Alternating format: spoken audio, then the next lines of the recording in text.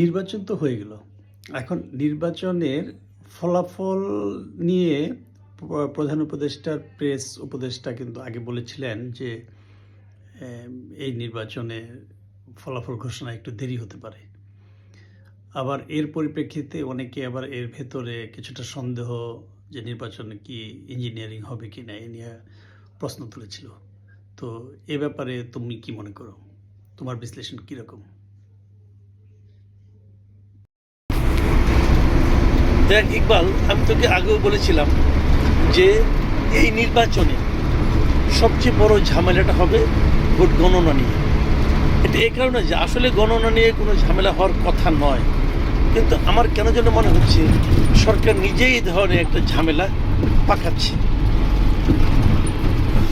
প্রধান উপদেষ্টার press secretary আগে ভাগে বলে দিয়েছে যে এই গণনা শেষ হতে সময় লাগবে, কিন্তু সময় লাগার কোনো কারণ আছে বলে, লজিক্যাল কারণ আছে বলে আমার কাছে মনে হয় না। কারণ স্থানীয় সরকার নির্বাচনগুলোতে আমরা দেখেছি যে মেয়র থাকে, 3টা ব্যালট থাকে। একটা হলো মেয়রের ব্যালট, আরেকটা হলো সংরক্ষিত আসনের ব্যালট, আরেকটা হচ্ছে মেম্বারদের ব্যালট। সেই 3টা ব্যালট যদি তারা এক বেলায় শেষ করতে পারে করি, তাহলে এবার কেন পারবে না? পরের দিন লাগবে কেন? এবং আমার ধারণা এটা নিয়ে একটা বড় বিতর্ক, মানুষের মধ্যে একটা সন্দেহ এরই মধ্যে তৈরি হয়ে গেছে।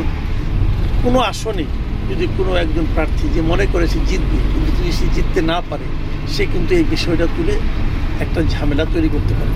এবং যদি দুই একটা ঝামেলা শেষ পর্যন্ত যদি একটা সংঘাত হয়, বিরোধ তৈরি হয়, তাহলে আমার ধারণা এটাই ভোট গণনা ঠিক মতো সময় মতো করতে না পারার কারণে। আমি মনে করি নির্বাচনের ফলাফল যত দ্রুত দেওয়া যাবে তত সেটা সবার জন্য ভালো হবে।